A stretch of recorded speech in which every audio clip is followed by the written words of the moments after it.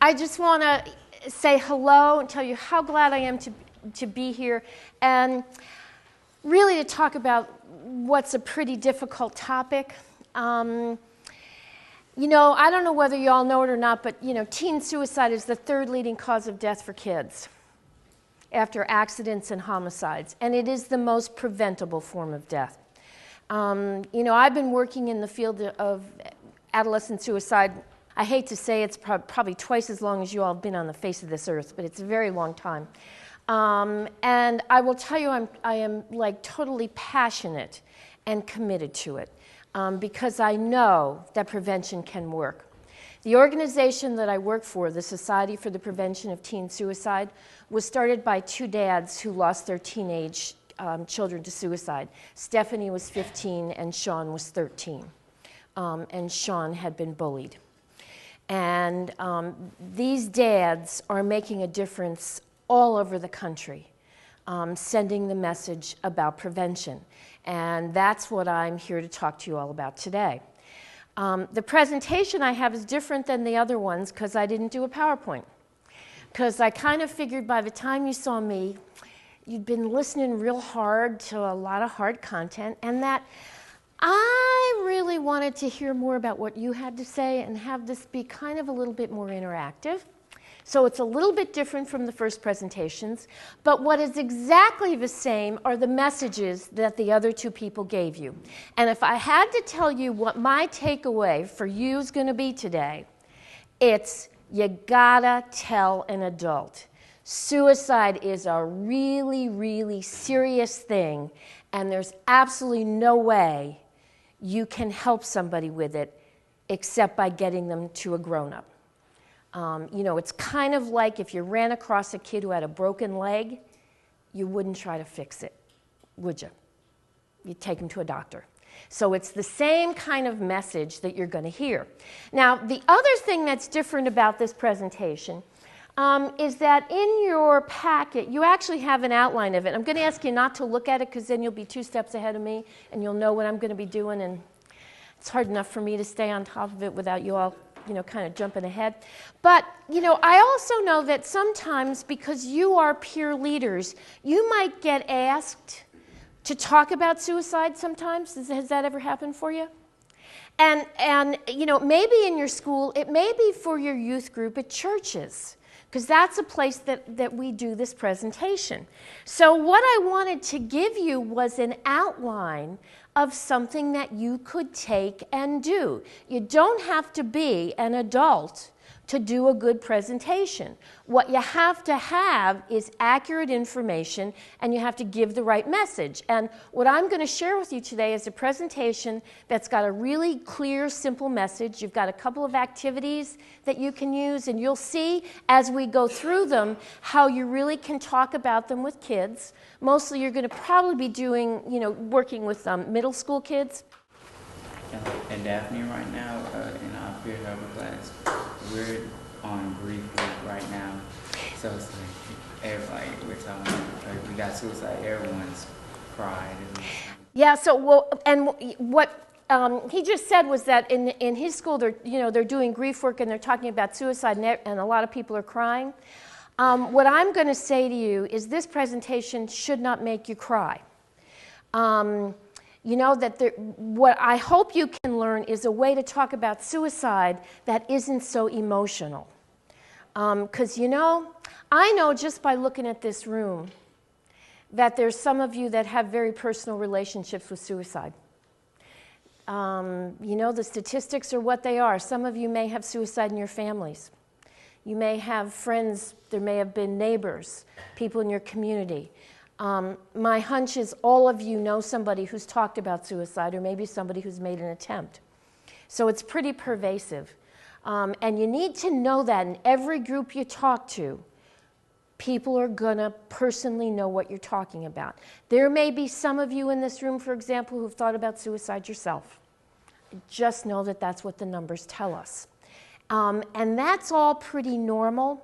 But it means when you're talking about suicide, you want to talk about it in a sensitive way, because you always have what we call our survivors in your audience.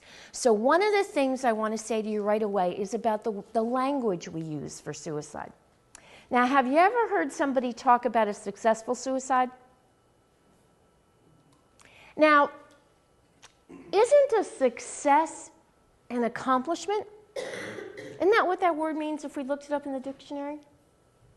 So that's kind of a little strange, isn't it, to talk about suicide as an accomplishment? So the word that we use instead is we talk about a completed suicide. All right?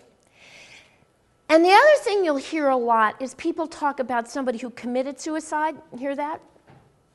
Now, in our society, what do we commit? Crimes. Or we commit sins, right?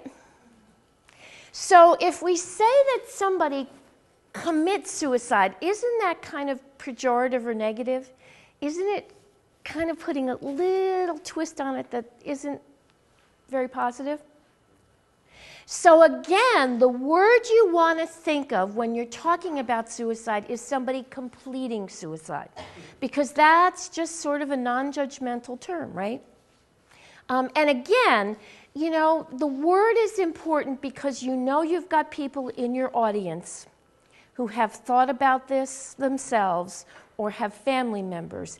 And it's hard to live when someone you know dies by suicide. There's a lot of guilt that goes with that. And you don't want to add to it by being slightly insensitive and you don't even know you are. Okay? So that's one of those things I just want to throw out there at the beginning. Now, I said to you this is going to be interactive, and the first place I want you all to interact is, you know, this is a beautiful place and it's a beautiful day. And I know you're all pretty excited to be here. You're going to have lunch pretty soon, and that's always exciting. But my guess is, if you thought for even half a second, you probably could think of someplace you'd rather be. Right? Everybody kind of think of someplace they'd rather be? And rather than have that in your head, what I want you to do is I want you to share that with somebody else at the table. We're only going to take like a minute to do it. You've got 30 seconds to tell somebody else at your table. If you could be anywhere in the world, and this is where you can actually use your imagination. You can be anywhere in the universe. I don't care if you're in outer space. If you could be any place else except sitting in this room right now, where would you be? So, okay, you got a minute to do that. All right, this is fast moving. Now, how many of you wanted to be home in bed, in your own beds? Okay. Asleep in your own beds, but still asleep? Because it's I know it's kind of early for you. All right, so the deal with that is if somebody next to you raised their hand and said they wanted to be asleep, you know, just watch them. And it's okay if they slightly nod off, but you know that little snoring thing people do? Just nudge them if they start to do that, because then it's distracting. Okay. How many of you wanted to be in some foreign country? Yes. In Liverpool. Oh, very good.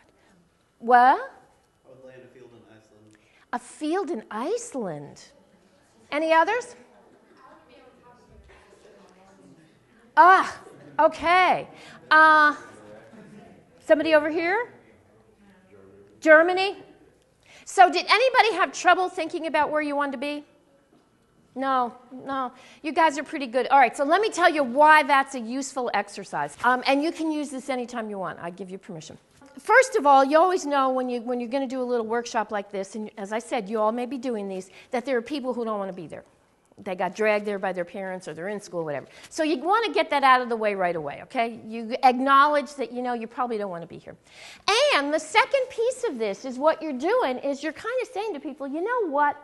One of the best tools we have is our imagination. Because if I close my eyes for half a second, I can almost picture myself with you on that field in Iceland. I'm kind of chilly there.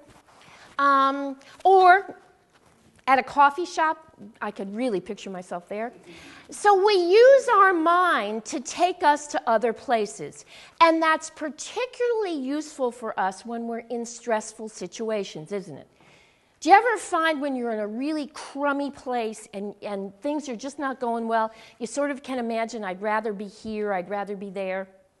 It's what we actually talk about as guided imagery. It's something we learned about in the 1960s, and originally it was something that people used for cancer patients, where cancer patients would imagine the chemotherapy in their body and going through and eating the cancer cells or whatever. And we realized that guided imagery really, really helps us because it takes our mind to change what's going on in our body. It slows our respiration, it helps us relax.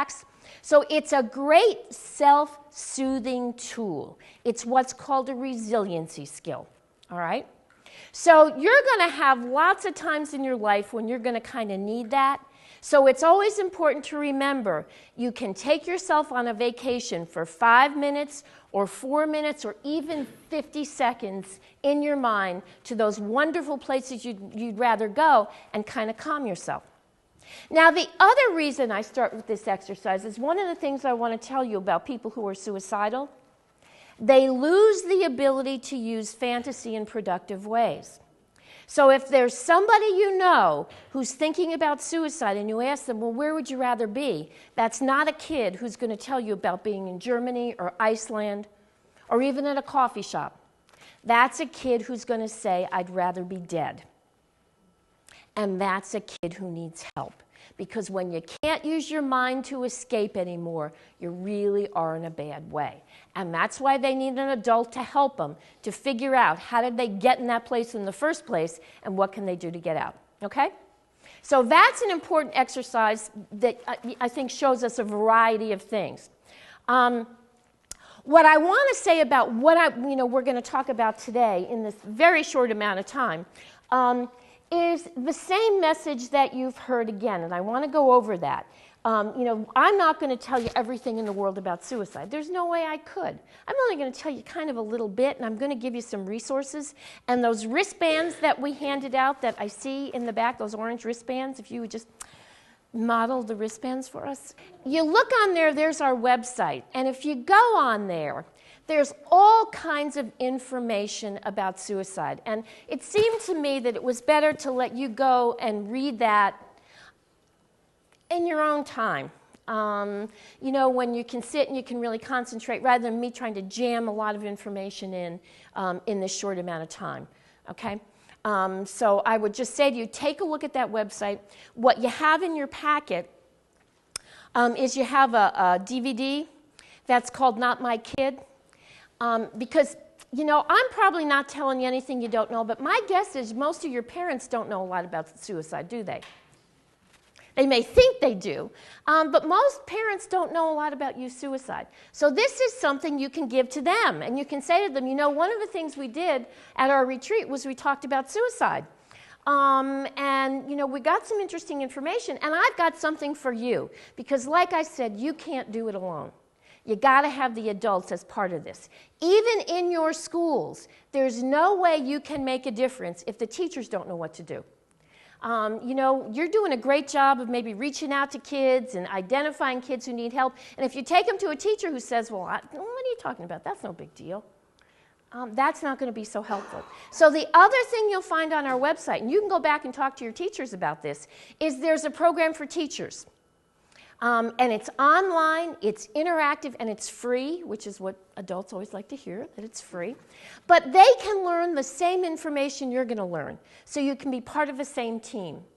Because everybody's got to be in this together, okay? So what I want to do now, because I have a video clip I'm going to show you, and then we're going to do an exercise. And you can also get access to this video clip. We'll give you the way to download it if you want. This was done by a young boy from Canada whose sister died by suicide. And after she died, he really struggled with the fact that both the family and her friends probably could have done something that might have saved her life. This was a girl who was bullied.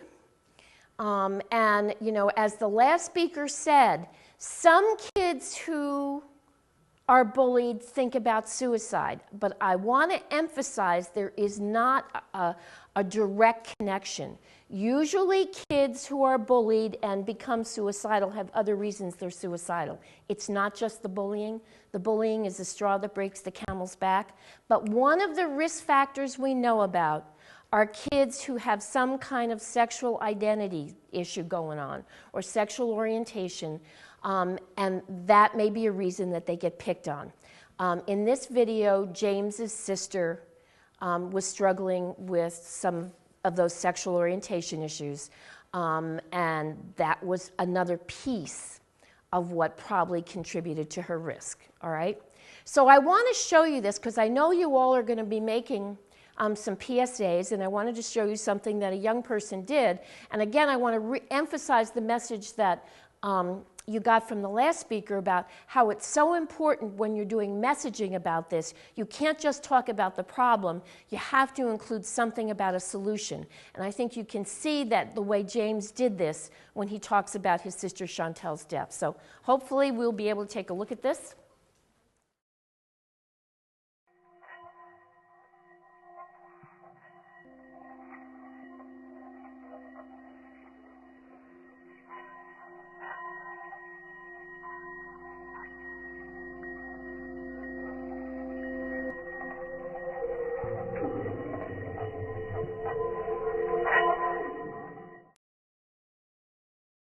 I'll never forget that morning my mother woke me up and told me my little sister had died by suicide.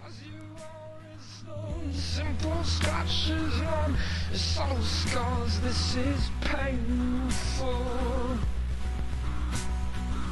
They know.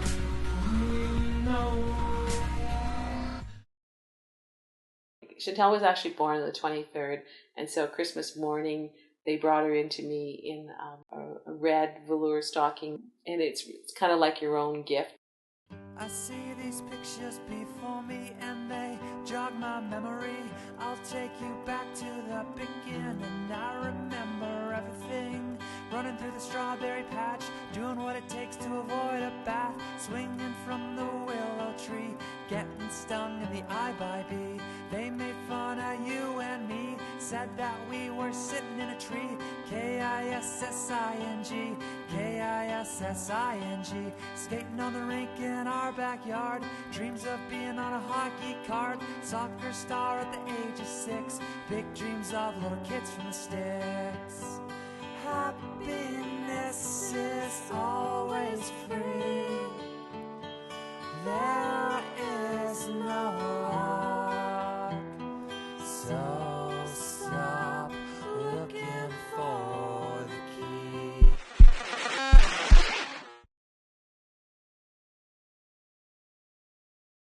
She was really excited about camping, and all these people were too. They thought it was going to be a great time.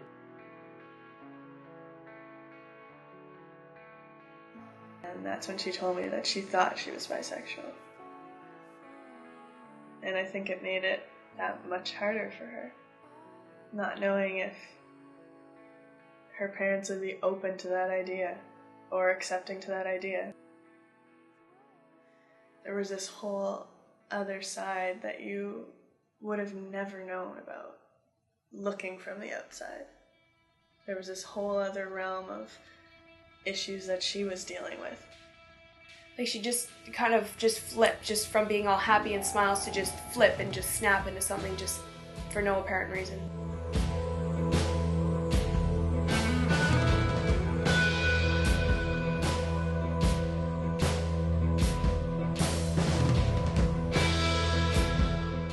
Chantel was sexually abused and held it inside for a very long time, not willing to tell anyone.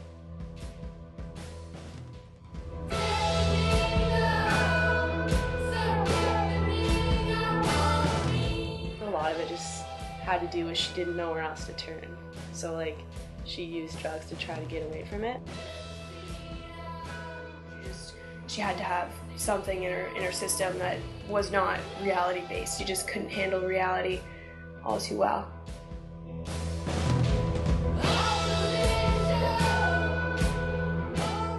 And then on the other side of that, she was someone that was sometimes ridiculed by cool people because she looks different, because she acts different.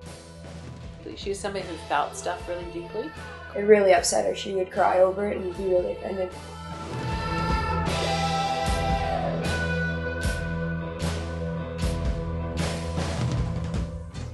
We went to see a psychiatrist, and they seemed to be able to come up with some medications, and that's when she was diagnosed as bipolar. Her illness got worse in grade 12, and her last year after she was done high school. We never had a chance to really get all that sorted out.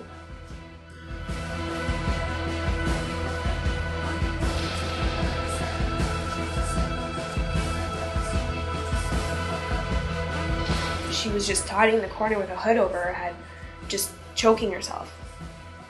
There were scissors right down on the table, thank God. 'Cause she was almost gone then.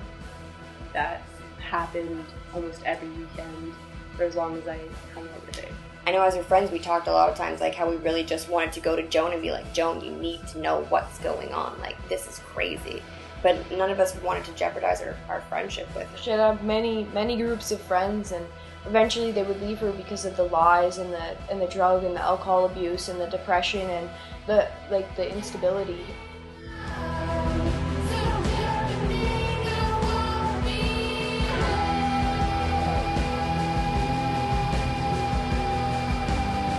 She said it so much that like this sounds bad, but we got sick of hearing it.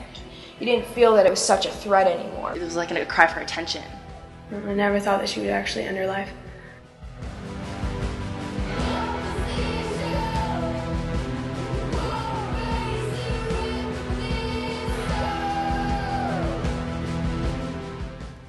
She's just a kid.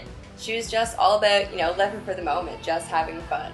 Chantal always had a style of her own and wanted to make a statement with her style. She used to use bright colors, and she had kind of a modern art knack. She was amazing at every sport she ever tried.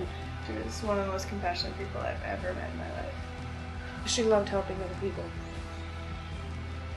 She was just Chantal. Like, there was no one that was like her. She had so much potential to do whatever she wanted to do.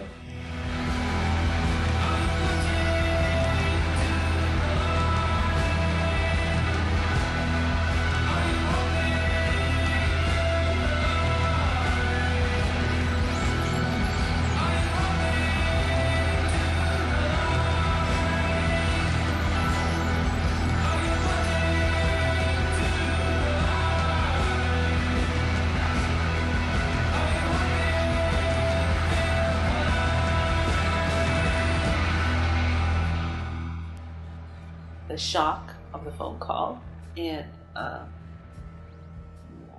knowing that you couldn't do anything. It was all over, and it could have been stopped.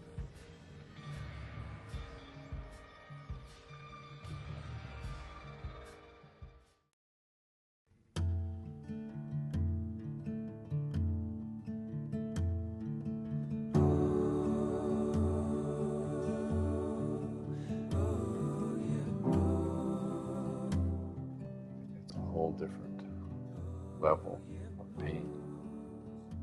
That's just hard to explain. It's really hard as a mom, feeling like you couldn't say goodbye to a kid. It's really hard. It doesn't feel real. I can't believe it. I didn't want to believe it. It's hard to lose your best friend. I mean, it's so obvious that that's the truth, but she wasn't dead until I actually looked in the casket and saw her. Like, she wasn't, and that's when it was just like. I was upset for her, I was upset for her friends, but it's the family that's left behind to just go, what? Every anniversary, every birthday, every family gathering, not only is there somebody missing, but everybody wonders what that person would have been like today. I don't think she would have put people through that if she realized how painful it was. But I think that a person's in so much pain personally, they don't realize what they're going to put other people through. And the pain it's going to cause.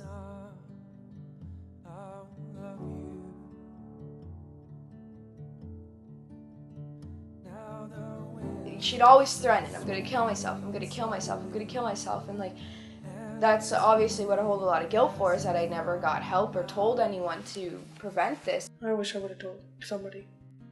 Should have told her parents about everything, and they would have went and got her help, because they loved her. It was stupid of me not to, because now I lost my best friend. If I would have said something, it wouldn't have maybe gotten a chance to spiral so bad and so quickly. Because the more that we didn't say anything, it just seemed to get worse and worse and worse, to the point that by the time she got help, it was already really bad. You avoid it and you think it's going to get better, and that sort of thing doesn't just get better on its own. People like Chantal, they rehearse it in their death in their mind. They draw it. They think about it. Practice it so that they take away the shock of it, so their brain learns to accept it until finally they have a reason big enough of a bad day or a bad time or a bad circumstance to do that. If someone is hurting and they are saying they want to hurt themselves or want to kill themselves, or are depressed, that they need help, professional help, and it's not something to take lightly.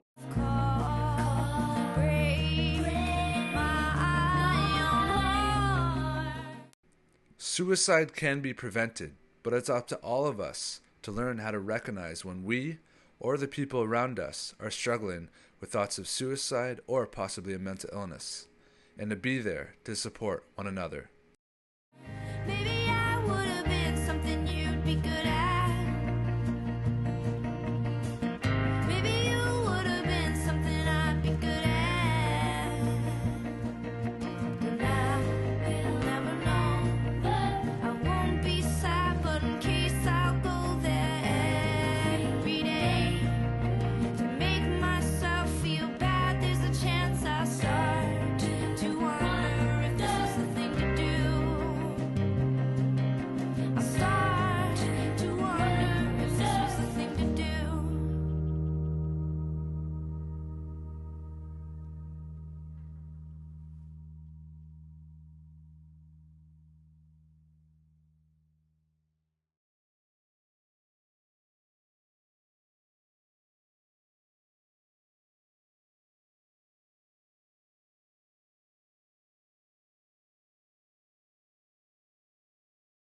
Okay.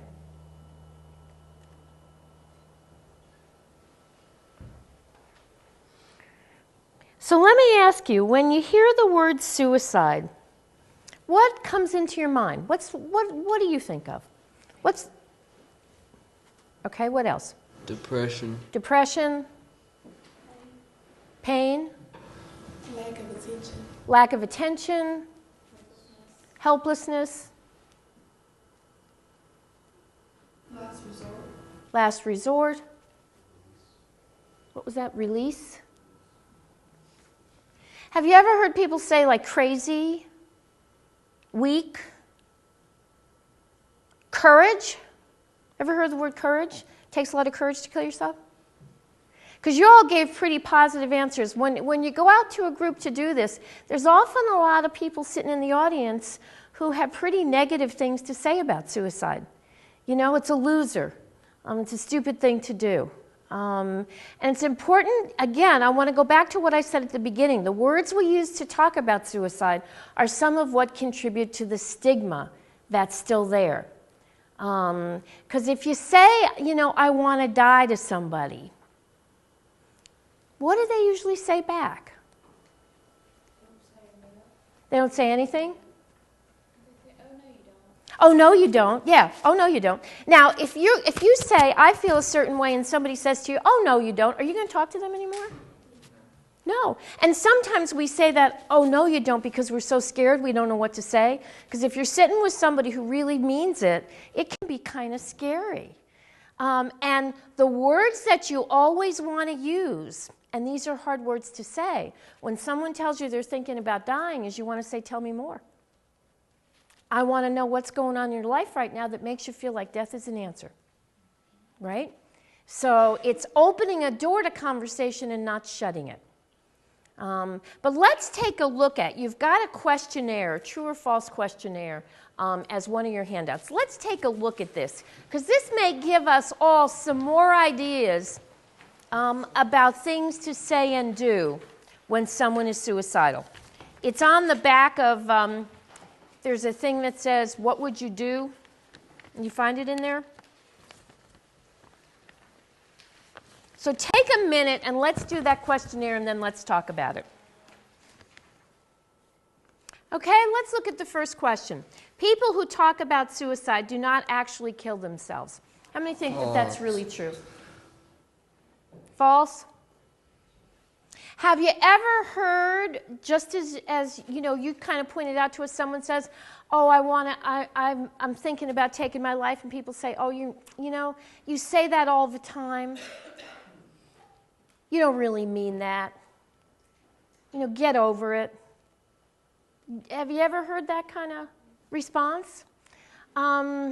Especially people who talk about it a lot. Have you ever known kids who say it a lot? Yeah, sometimes there are people who say it. I mean, there are adults who say it a lot too. You know, I hate my life. I wish I were dead. And we can't assume just because someone is talking about it that they don't mean it seriously. And what we know from research is a great percentage of people who die by suicide have told someone, and that person hasn't necessarily shared it with anyone. You heard in the video about Chantel how people kind of knew that she probably was suicidal and they didn't say anything because they just thought she'll never do that. So that's why the message is so important. Even if you feel like you're overreacting, it's critical to tell if someone is even hinting at the idea of suicide. How about number 2? Suicide happens without warning signs. False. What do you think some of the warning signs are? Depression. Somehow not looking the same, so it's not taking care of yourself. What else? Wait, we said that again? Leaving notes is one of those this and that's. You know, the statistics are that maybe 50% of people leave notes, but that means 50% don't, so you're kind of like... but you may see things in writing or pictures. The drawings you saw in that video were Chantel's drawings. Those were pretty disturbing, weren't they? So you often see things like that they don't say, I want to die, but there's a message, something's going on in your brain that's not so good. Now, withdrawal, did somebody say? Withdrawal from friends and family. Sometimes it's quitting teams. You know, in my position, you know, I've had the opportunity to talk to lots of families when a child has died. And I often hear as they look back and they say, you know what, I just didn't realize that when he, you know, said he didn't want to be on the soccer team anymore, or he quit the swimming team, or, you know, she somehow didn't want to hang out with her friends, I didn't take any of that seriously. So it's kind of not paying attention to stuff. What are some of the other signs? Overall interest. What was that? Overall lack of caring? Yeah, a loss of interest. A loss of interest? Sometimes they actually could want me to see family in their life. They didn't want to see people they love before they die. So maybe it is actually doing something like saying goodbye, okay? What we know about signs, because there's a difference between, you know, kind of risk factors and warning signs. We know that depression, for example, is a risk factor for suicide. You know, but there's a lot of people who are depressed who never think about suicide. So when we talk about what warning signs can be, usually what we're talking about are changes in the way that person is from the way they used to be. That's one of the biggest ways we can make a determination that something's going on. They may not be suicidal, but a person who all of a sudden is acting different or looking different and doesn't want to get involved in activities anymore, or is drinking more, drugging more, doing risky behaviors, drinking and driving, getting into fights. For boys in particular, getting really sort of irritable and angry when they used to be pretty easygoing. That's another one of those signs. But rather than try to figure out a whole list of things, what you usually look for is somebody who's not the same. There's a change in their behavior. That's a clear indication something's going on that needs attention. It's like a red flag. It's not up to you to determine if that means suicide. It just means something's happening, you're not the same, and I'm worried about you. I mean, that's basically the message to have. How about number 3? According to recent media reports, kids who are bullied often kill themselves. True or false? True.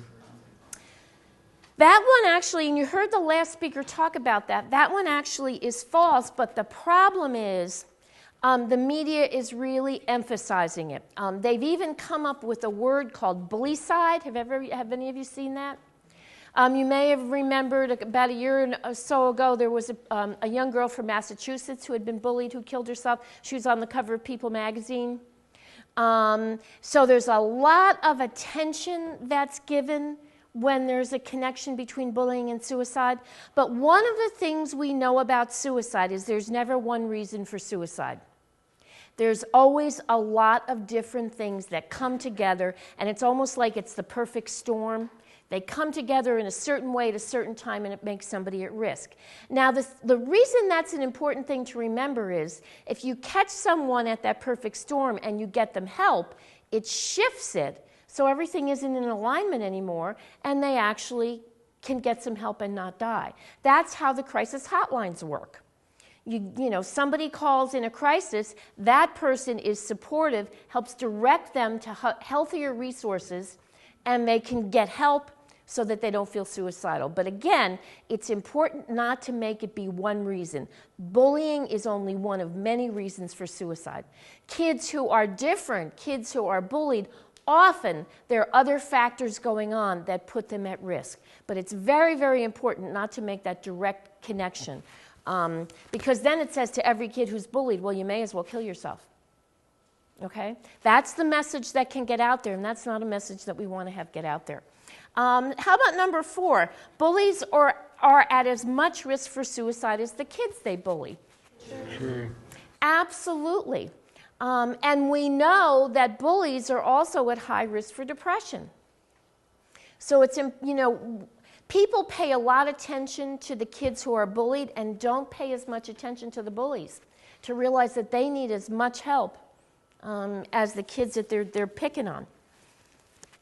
Number 5 may sound like a sexist question.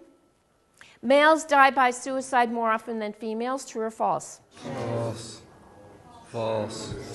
False. It's, well, we got some difference of opinion. The truth is, in this country, the suicide rate for men is higher, of completions is higher than females, but females make more attempts. So the attempt rate is higher for females, the completion rate is higher for males. Any idea why that might be? We're more violent. Yes, it is actually the truth. You know, men and boys, this is across the life cycle, use more lethal. The word in suicide, they talk about a lethal mean. And often it's shooting. You know, that tends to be the primary method. Unfortunately, what we've been seeing across the country is there's an increase in hanging for both males and females. And hanging is a pretty lethal method as well. Now, that's in this country. We know that in other countries, women also continue to make more attempts than males, but often in other countries, the methods they use are more lethal. So, for example, here, one of the ways that women tend to attempt suicide is doing what? Taking pills. Taking pills. But there's usually time where you can go to the emergency room and get your stomach pumped, you can be saved. In a lot of other countries, for example, China, Women also ingest things, but what they ingest there are like pesticides and poisons.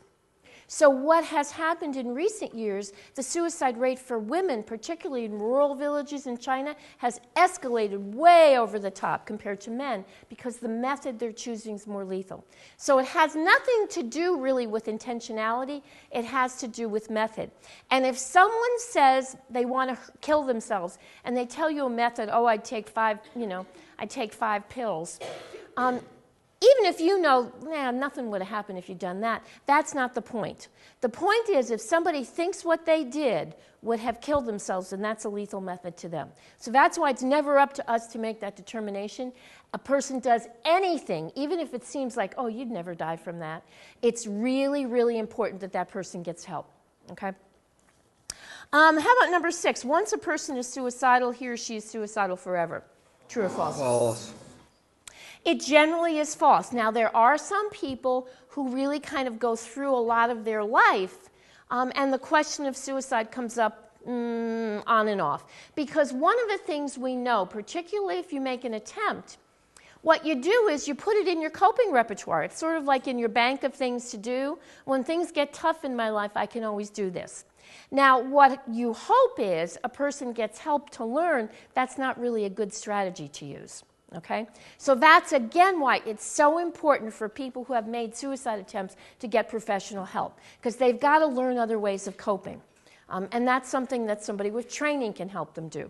And we know that when you get help, there's a really, really good chance you're not going to be in that desperate place again. You're going to learn other things you can do. How about number 7? If a person feels better after a suicide attempt, it means he or she will probably not try it again. True or false? False. Anybody think true? And that's why if you know kids who make an attempt and they feel better and they even say to you, oh, I feel so much better, I'll never do that again, do not believe them. Do not believe them. Because it's in that bag of coping strategies. And if something goes really south again and they don't know what to do, they're just going to kind of reach in and, oh, that will be one of the things they can pull out, which is why they need help. Number 8, suicidal people really want to die. True or false? False. What we know is, for most people, there's a part of them that wants to live and a part of them that wants to die. In psychology, that's talked about as feeling ambivalent. It's when you feel 2 things at the same time. And the deal is, the person really does want to die, but they also really, really want to live. So what we do is you don't say to somebody, oh, come on, you don't really want to die. Oh, you know, you've been through harder things before. You'll get through this. That doesn't help, because that's really saying, discounting your feelings. What you want to say to somebody like that is, I hear you want to die. I hear you feel that things in your life are so terrible right now, you think you'd be better off dead. I think, though, that there's something else you can do, and I think if we can find an adult to talk to, we're going to come up with a better strategy. So you never tell somebody they don't feel the way they do, because otherwise that's going to shut them down. They're never going to talk to you again. You acknowledge that feeling, but then you say, I've got a better idea. Let's go talk to somebody else. Does that make sense? Okay? How about the next one, which is a pretty significant one? Talking about suicide or asking someone about suicide might put the idea in their head and cause suicide. True or false? False. Now, see, I got to tell you, you guys know this. A great, great percentage of adults think that's true. And it's why they don't want to talk about suicide in schools. Your parents may feel, I don't want to bring that up at home because you know what? Maybe that'll put the idea in somebody's head. It's a myth about suicide, but it's a myth that a lot of grown-ups still hold. So that may be, you know, one of the things that you can do as an advocate is to say to them, you know what, we're talking about it anyway. You think we don't talk about this? You don't think we know about this? It's like if you didn't talk about sex, kids weren't going to do it, you think? It's important to say, you know, we're going to talk about it and we're going to give you good and accurate information. Because if you present this in the right way, it really is prevention. If you glamorize or sensationalize, I mean, there are public health messaging guidelines for talking about suicide. When this video was made, one of the things that he had in the original video, he showed a picture of somebody hanging. It was a drawing, but nonetheless was somebody hanging. One of the things you never do when you're trying to do messaging about suicide is you never show the way. You never show that. And you'll notice he doesn't talk about how she died. You don't want to get focused on the way it happened, because again, that can model for vulnerable kids who are watching it. Oh, here's something I can do. I hadn't thought about that, but now here's a strategy for me. So you don't do those kinds of things. So we had him he had a gunshot in there that kind of got everybody's attention. We had him take it out. It shouldn't be so dramatic. Dramatic or sensationalized kind of presentations of suicide may actually elevate risk. So that's why you take that kind of middle road about giving information, giving it in a way that people can hear it, but you don't have to be overly dramatic about it. How about the last one? People who threaten to kill themselves are just seeking attention. True or false? False. So it can be true and false. And you know what? I got to tell you, if somebody is talking about suicide to get attention, they need attention. There you go. I mean, if I have to say I'm going to die to have somebody pay attention to me, then you need attention.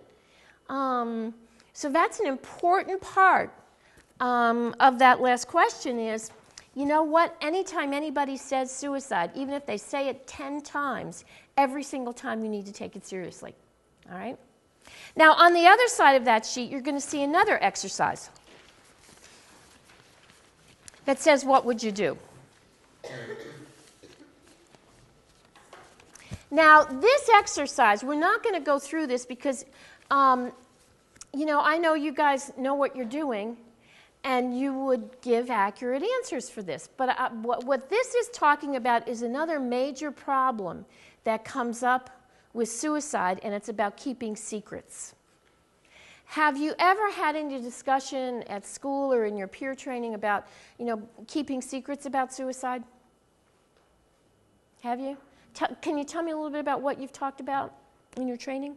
What do you mean? That oftentimes somebody will say, I'm going to tell you something, but I don't want you to tell anybody else. I'm thinking about hurting myself or killing myself. For us, the second month of our training, we were taught our introduction, and we have to say, and my name is, you know, basically, we refer to as my administrator. From just here talking, you will have to talk, the only thing, and it's going to be strictly confidential. It means it's going to stay between me and you. The only things that I will need to give up on is if you're planning to hurt yourself or someone's going to hurt you, or if you're going to hurt someone else. Other than that, everything else is confidential. Mm-hmm. So you know that that's the way you deal with this. But if you're going to be talking to younger kids in particular, they may think, you know, my friend asked me to keep the secret, and it's really important, you know, because you can't trust adults all the time, and I know I can trust my friends. What do you say about that? What do you say to a kid who says that to you? If they're a true friend, they'll tell. Wait, say it louder. If they're a true friend, they'll tell because they want to keep you safe. They want to keep you safe. You know, it's better to lose a friendship than have a dead friend. But I have to tell you, in going out and doing workshops, I can't tell you how many adults, you know, are kind of sitting in the back of the room like the adults are here. And when I do these presentations, and I often do them after a suicide, so I'm talking to a group of kids who've lost a friend to suicide. And invariably, one of the adults will come up and say, you know what, I have to tell a story. When I was your age, or I was in high school, or I was in college, a friend of mine died by suicide. I knew and I didn't say anything. And I have to live with that, even today. And if there's anything I regret in my life, it's not talking about it. It's an important message to get across, and particularly when you're dealing with, you know, kids who are 12, 13, 14 years old, they have a very strong allegiance to each other, don't they? And so telling somebody else and breaking a confidence can make them feel like they're going to lose a friendship, and this friendship is very, very important to me.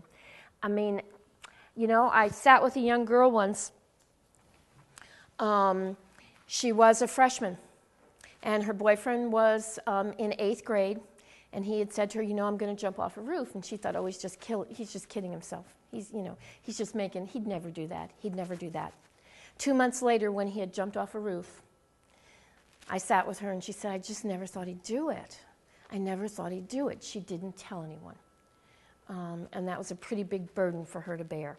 So I think it's so important to reinforce the importance of telling. And this exercise, if you go out to work with younger kids, this is a great exercise to use because they're going to come up with all those reasons for you about why they need to keep a secret. And you're going to have to work hard to convince them that suicide isn't something to keep a secret about. Okay? The last thing that I want to share with you is, what we have later in the day. We've sent you some of our T-shirts, which we call Friends Help Friends. We stand together. These were designed by a graffiti artist in San Francisco, and we had a contest, and this was what people picked.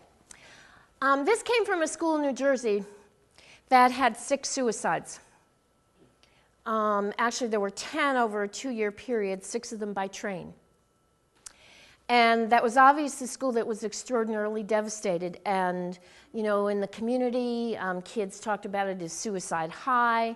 The teachers were devastated. The parents were devastated. And it took about 2 years for that community to really kind of come together, for there to be very extensive suicide prevention activities in the school. And one of the things that the kids in the school did was start a club called Friends Helping Friends. And it was really designed to engage the students as part of the solution, to really reach out if they had friends that they were worried about, to go tell the trusted adults in their school, and this is kind of a product of that. So I share this with you at the end because I think it's one of those making lemonade out of lemons. This is a school that has really gone on to thrive after it had the largest contagion in the country. So you will be getting these shirts, and I hope when you wear them proudly. And remember, this is about being survivors and really preventing suicide. Yes? Do you know the It Gets Better project? Do I know the It Gets Better project? Yes, I know the It Gets Better project. You all know the It Gets Better project? Do you want to say a little bit about what it is? It was started by, he's sort of an advice columnist, Dan Savage, and after that there was a small string of suicides caused by homophobic bullying, and he started this project where people that have seen it or dealt with it just say, it gets better after, you get out of high school or college or whatever. And you can go online and take a look at it. There's a lot of video clips from people all over the country, a lot of famous people who say, if you're struggling with sexual issues, it will get better. The concern I have is when you're working with younger kids. As you know, if you remember back when you were like into 7th grade or 6th grade, when did you think the future was when you were in 6th grade? The weekend, maybe, right? So if you've had a bad month before and you've had a bad week now and it's bad today, it's hard, just developmentally, the way you process time for really young kids to understand it gets better means the future. There was a young boy in Buffalo who presented an online blog. It was a 14-year-old boy. He was really into the It's Get Better, and he killed himself the week after. So you got to just remember with younger kids, it isn't quite so simple. Older kids, I think it's an excellent resource, but that's why you need to use what you know about being a little kid. It may seem like it was a long, long time ago to you. It doesn't seem quite so long as I look at you, but you know what it's like to be a little kid. Put yourself in their shoes, and you got to give them messages that make sense to them. And sometimes those messages are what we as grown-ups think would work. And little kids, yeah. And they don't see themselves as little kids. They see themselves as, we're really grown up. So you may want to think as you're doing, your skits and stuff, those younger kids and what it's like to be that age and what speaks to that age, and give that message that reflects that, because that's going to be really, really important to make it work and make it stick. Okay? Any? Yes? Like in middle school, when I was still finding myself, I didn't come until like 4 months ago was when I came out. But in middle school, I watched when YouTube had just started, I got really into like all of the coming out video stories and like how parents would react. I had to watch a whole lot. I had to watch a whole lot of people talk about like how coming out to their friends and coming out to their parents and everything. And it took 5 years for me to really just come to terms with it. I'm so glad you said that. You know, what Josh is sharing is it took him about 5 years to come to terms with coming out. And, you know, I think we have to really understand a lot of what we see and a lot of what we hear makes us think that everything happens quickly, and it doesn't. And a lot of these internal struggles really take time, and it's giving people permission to take that time and not have an answer right away. You gotta let folks be where they are, and you gotta let kids be where they are. And when the time is right, you know, you can kind of do what you need to do, and it's supporting everyone until you get to that place. So thank you for sharing that, because that's a real, real important thing not to forget. Anything else? See, I'm so used to talking in schools that I'm really on the minute here, because I would have the class would be out in the hall, and you guys are doing so well, kind of still sitting here 5 minutes into your break. I'm very impressed. Yes, you do. All right, so I guess it's time for your break. Again, you know, pay attention to what we talked about here. You can use these resources. Go on our website and learn more, because the more you know, you see that on, was it NBC? The more you know. There you go.